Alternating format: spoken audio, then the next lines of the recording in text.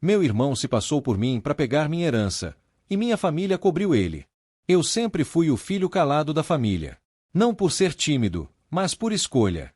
Desde cedo entendi que, quando todo mundo fala ao mesmo tempo, ninguém escuta ninguém, então preferi observar. Meu irmão mais velho, Daniel, era o oposto. Falante, carismático, sempre foi o centro das atenções.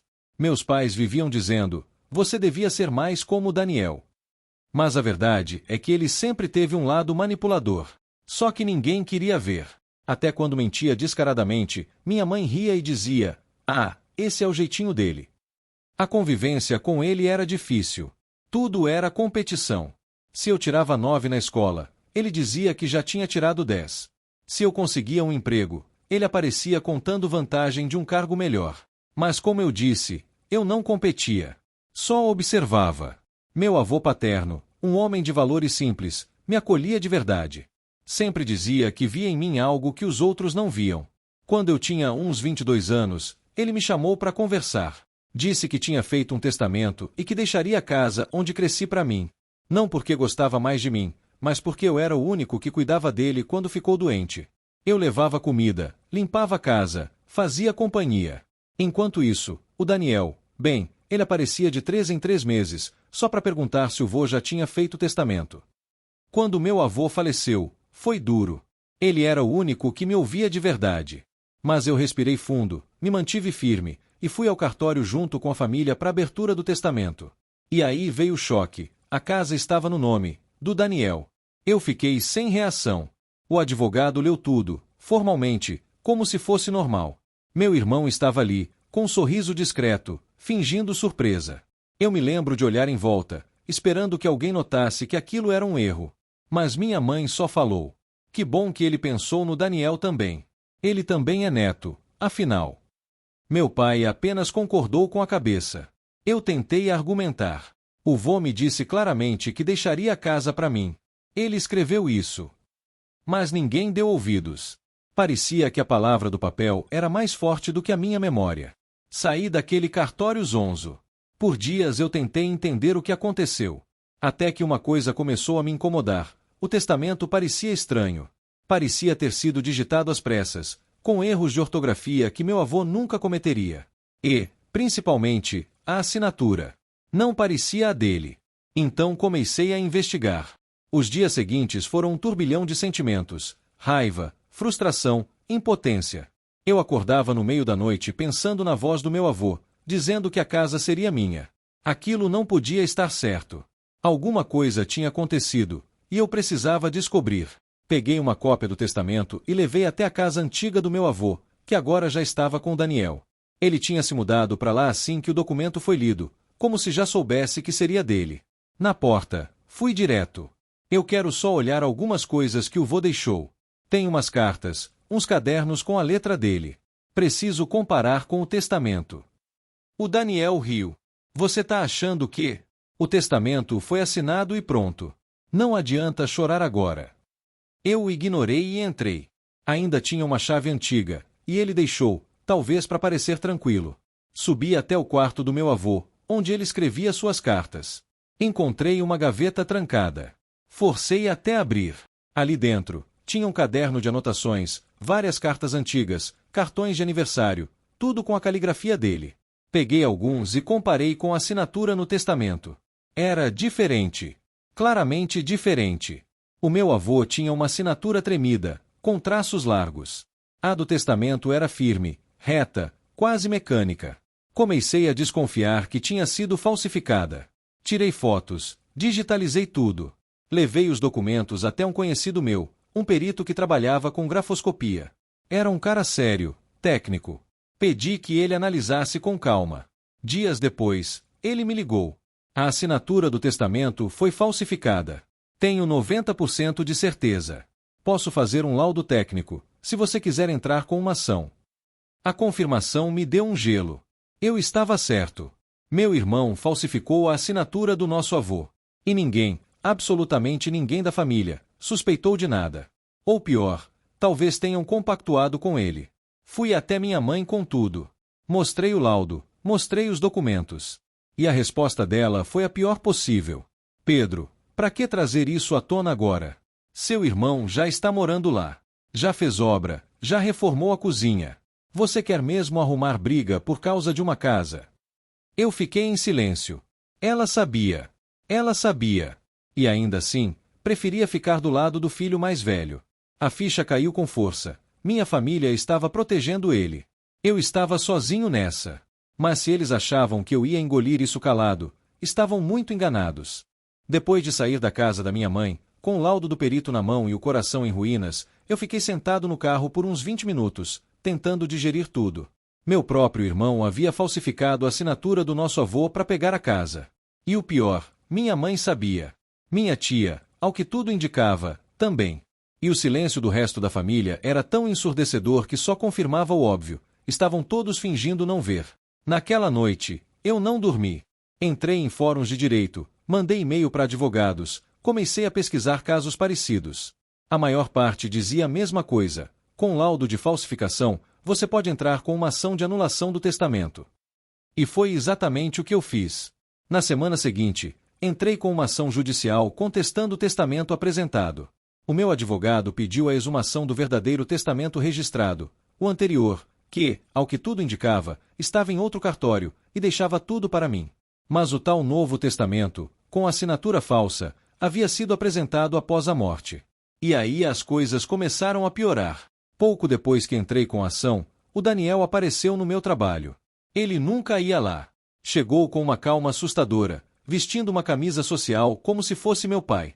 Você vai mesmo levar isso adiante? Vai jogar o nome da família no lixo?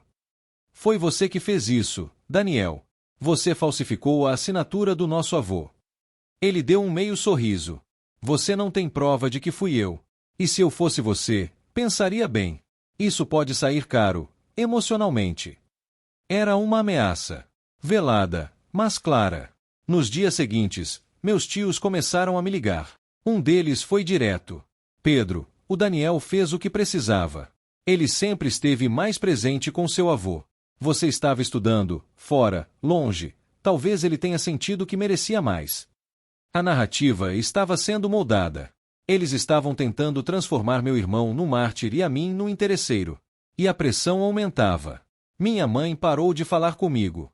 Minha prima, que sempre me mandava mensagem, deixou de responder. Eu virei o vilão por tentar defender algo que era meu por direito. Tudo porque eu não aceitei calado uma fraude. O que eles não sabiam é que eu tinha mais uma carta na manga. Enquanto vasculhava antigos arquivos do meu avô, encontrei algo que ninguém esperava, uma gravação. Um áudio que ele tinha feito no celular, provavelmente semanas antes de morrer. Era uma mensagem de voz que ele nunca enviou, mas estava salva. Na mensagem, ele dizia claramente: já deixei tudo pro Pedro. Ele é responsável, trabalhador. Não quero que briguem por isso, mas essa casa será dele. Meu coração quase parou. Aquilo era prova de que meu avô realmente queria que a casa fosse minha. Que o testamento falso era uma traição completa à sua vontade. Eu levei esse áudio ao advogado. Com isso, mais o laudo, a gente tem um caso muito forte, Pedro. Vai ser uma guerra, mas agora, temos mais que palavras. E assim começou uma verdadeira batalha judicial. Mas enquanto eu lutava nos tribunais, meu irmão não parava. Ele foi capaz de uma última jogada suja que quase me derrubou. Eu tentei manter a calma, mas o sangue fervia cada vez que eu lembrava da cena. Meu irmão, com a minha identidade, a minha assinatura, indo até o cartório com o apoio do meu pai, como se eu não existisse. Aquilo não era apenas um roubo. Era uma traição em 2 níveis, legal e emocional. Entrei em contato com o advogado. O cara ficou tão indignado quanto eu quando mostrei os documentos. Ele viu que a assinatura não era a mesma que constava nos meus documentos oficiais. Disse que havia indícios de falsidade ideológica, estelionato e até de organização criminosa, se ficasse provado que mais de uma pessoa ajudou com consciência plena do que estava acontecendo. Ele recomendou que a gente entrasse com uma ação judicial urgente, pedindo bloqueio dos bens que tivessem sido transferidos e abertura de um inquérito criminal. Só que aí veio o problema. O juiz responsável pelo caso indeferiu o pedido inicial. Disse que não havia prova inequívoca de que a transferência foi feita com dolo. Aparentemente, o simples fato de meu pai ter autorizado a transação e meu irmão ter assumido que era eu, mesmo com CPF diferente, poderia ser interpretado como um erro, e não como fraude. Eu fiquei em choque. Como o sistema pode permitir um negócio desse? Eu não era um Zé qualquer, era o verdadeiro dono da herança. Mas eu não parei. Com o apoio do advogado, começamos a montar um dossiê. Pegamos vídeos das câmeras do cartório, prints de conversas antigas com meu irmão, onde ele mesmo dizia que eu era o herdeiro. Pegamos também mensagens do meu pai, onde ele dizia: "Você não merece essa herança, seu irmão sabe o que fazer com ela." Isso provava má fé. O que me deixava mal era ver a minha mãe, silenciosa. Ela sabia. Ela estava vendo tudo acontecer, e mesmo assim não dizia nada. Só me olhava com pena. Não com apoio, mas com pena. Como se ela achasse que eu fosse fraco demais para enfrentar tudo aquilo. E talvez ela tivesse razão, eu estava ficando exausto. No meio de tudo isso, uma tia minha, irmã do meu pai, me ligou. Ela era a ovelha negra da família, meio afastada, mas sempre teve uma quedinha por mim, sabe? Disse que tinha ouvido sobre o rolo e me chamou para conversar. Nos encontramos num café, e ela me contou que desde o começo, meu pai tinha a intenção de deixar tudo pro meu irmão. Que ele sempre achou que eu era emocional demais, sensível demais, e que meu irmão era o filho que faria a família prosperar. Ela disse: "Eu nunca achei justo, mas teu pai sempre teve mais controle da casa. Sua mãe só obedecia. E o pior, essa história da herança, foi armada meses antes de seu avô morrer. Naquele momento, um frio percorreu minha espinha. Eles estavam planejando me tirar da jogada antes mesmo do velho falecer?" Essa revelação mudava tudo. Depois daquela conversa com minha tia, tudo começou a fazer mais sentido, e, ao mesmo tempo, ficou mais difícil de engolir. A verdade nua e crua era que aquilo não tinha sido um erro de impulso. Meu pai e meu irmão armaram tudo com antecedência. O plano era claro: me apagar da equação. Voltei para casa em silêncio naquele dia. Entrei no meu quarto, fechei a porta e fiquei sentado no chão. Não chorei, não porque não queria, mas porque nem isso eu conseguia mais. Era como se até meu emocional tivesse sido drenado junto com meus direitos. Mas alguma coisa dentro de mim disse: "Levanta. Revida. Você ainda está aqui." No dia seguinte, fui até o escritório do advogado com tudo que eu tinha. Os prints das mensagens do meu pai, os vídeos do cartório, os registros de que meu irmão esteve lá com documentos falsos. E levei o mais importante, a declaração gravada da minha tia, contando sobre o plano antecipado. Aquilo deu um novo gás ao processo. Entramos com uma nova ação, agora com denúncia criminal, e anexamos todos os documentos e gravações como provas de que havia premeditação, falsidade ideológica e apropriação indébita. Também solicitamos quebra de sigilo bancário do meu irmão, porque o advogado suspeitava que ele já tinha começado a usar parte do dinheiro herdado. Mas foi nesse momento que o jogo ficou sujo de verdade. No mesmo dia que protocolamos o novo processo, minha conta bancária foi bloqueada por uma denúncia de fraude fiscal. Minha mãe me ligou dizendo que eu estava acabando com a família. Meu pai, do nada, mandou um áudio dizendo: "Se você não parar com isso, eu acabo com você. Você não tem ideia de com quem está mexendo." Mas sabe o que isso significou para mim? Que eu estava no caminho certo. Eles só ameaçam quando estão com medo. Enquanto isso, meu irmão continuava a vida dele, como se nada estivesse acontecendo. Postava fotos em restaurante caro, viajava, e chegou até a escrever no Instagram: "Tem gente que reclama da vida enquanto outros correm atrás do que querem." Um tapa na cara. Pra mim. Pra verdade. Mas eu não parei. Comecei a reunir tudo. Todos os sinais de que ele estava usando dinheiro que não poderia. O advogado disse: "Pedro, se a gente pressionar mais um pouco, podemos conseguir uma liminar judicial para reaver os bens." Na semana seguinte, tivemos a primeira audiência. E foi aí que as coisas realmente viraram. Meu irmão foi com o mesmo ar de sempre, desleixado, com aquele sorrisinho de quem acha que vai se safar mais uma vez. Meu pai estava com ele. Os dois entraram juntos, sentaram lado a lado. Quando eu entrei na sala, senti o olhar deles perfurando minhas costas, como se eu fosse o traidor, o ingrato, o desafeto da família. Mas dessa vez, eu não estava sozinho. Eu tinha o advogado do meu lado, firme, direto. Eu tinha provas. Eu tinha a verdade. O juiz abriu a sessão perguntando se haveria acordo. Meu irmão, todo cheio de si, disse: "Meritíssimo, isso tudo é um mal-entendido. Eu tenho como provar que o testamento foi legítimo, e que meu irmão está criando um circo para conseguir dinheiro." Meu advogado respondeu com a serenidade de quem tem uma carta na manga: "Excelência, com todo o respeito, temos imagens do réu se passando pelo autor em um cartório. Temos a gravação de uma testemunha que confirmou o esquema. Temos inclusive cópias de assinaturas falsificadas, além de provas de que ele está movimentando dinheiro herdado antes da partilha legal. Foi um baque. A sala ficou em silêncio. O juiz pediu que apresentássemos os vídeos. Quando as imagens começaram a rodar, mostrando meu irmão entrando no cartório com documentos em meu nome, e a funcionária perguntando: "Você é Pedro mesmo?" E ele respondendo: "Sou, só tô com outro RG", o clima mudou completamente. Dava para ver o pânico no rosto dele. O juiz interrompeu o vídeo e olhou direto pro meu irmão. "O senhor confirma que estava usando os documentos do seu irmão?" Ele tentou balbuciar algo, mas o juiz o cortou. "Responda com sim ou não." Silêncio. "Sim", ele disse. Bem baixo, quase engolindo as palavras. Meu pai tentou interferir, disse que era tudo uma confusão, que não sabiam que estavam cometendo crime. Mas o juiz mandou silenciar. Naquele momento, consegui ver, pela primeira vez, meu irmão tremendo. Não de raiva. De medo. A audiência foi suspensa por 15 minutos. Quando voltamos, o juiz anunciou que, com base nas provas apresentadas, deferia uma liminar suspendendo qualquer movimentação da herança e determinava a devolução imediata dos valores usados até ali, sob pena de prisão por estelionato e falsidade ideológica. Foi ali que meu irmão finalmente entendeu. Ele não estava mais acima da lei. Mas a guerra ainda não tinha acabado. Aquilo era só o começo. Na saída do tribunal, minha mãe me esperava. Pela primeira vez em anos, ela me olhou nos olhos e disse algo que eu nunca pensei que ouviria. Eu não sabia que tinha chegado a esse ponto. "Me desculpa, filho." Mas eu não respondi. Porque, naquele momento, o perdão ainda não fazia sentido. Tudo o que eu queria era justiça. O processo correu por meses. Cada semana era uma batalha nova. Meu irmão tentou de tudo, chorou em audiência, disse que estava arrependido, que fez isso por desespero, que meu pai o pressionou, tentou se pintar de vítima. Mas era tarde demais. A justiça não comprou o teatro. Ele foi condenado por falsidade ideológica, estelionato e uso de documento falso.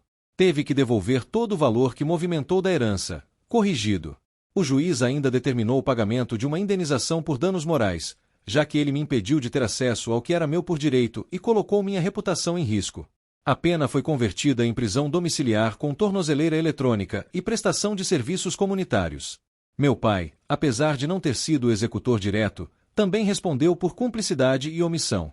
Pegou uma multa pesada e perdeu o direito de ser tutor de qualquer patrimônio da família no futuro. E eu? Eu finalmente consegui acessar o que minha mãe tinha deixado para mim.